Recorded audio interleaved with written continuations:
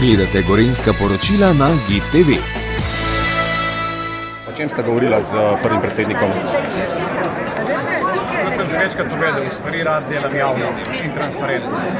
S predsednikom bivšim mojim Kurčanom so se pogovarjali o njegovi pobudi, o tem, da se prepiramo v muzejih, raje zgradi spomenik osamosvojitvi. Predstavil mi je to idejo in jaz jo podpiram. Podpiram tudi vse ostale pobude, ki so v smeri preseganja kakršnihkoli razdorov in zbliževanja v bistvu stališč med različnimi stranmi.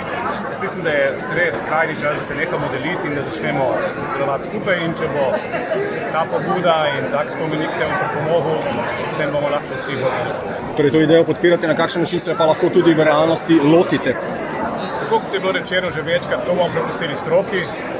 Vlada bo prevzela pobudo, tu naprej je stvar stroke, ki mora poskrbeti na eni strani, da bojo zgodovinske lekcije primerno spoštovane, na drugi strani pa da damo priložnost novejši zgodovini, tisti, na katero smo lahko še posebej upravičeno ponosni, ker je res združevala Slovence, in jaz si želim, da nas bo ponovno združila, takrat, ko bomo ta spomenik tudi postavili. Rekli ste, da bo vlada prevzela pobudo. Ste se o tem že pogovarjali ali bo zdaj to vaš predlog vladi, da prevzame? Počakajte, še kakšen dan, četrtek malo vlada. Torej bi že v četrtek lahko...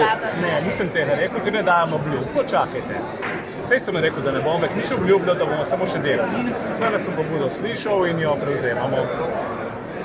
Pa mislite, da ne bo to prispevalo k nadaljnjemu umiku spomenikov, k nadaljnjemu preoblikovanju ulic, k nadaljnjemu...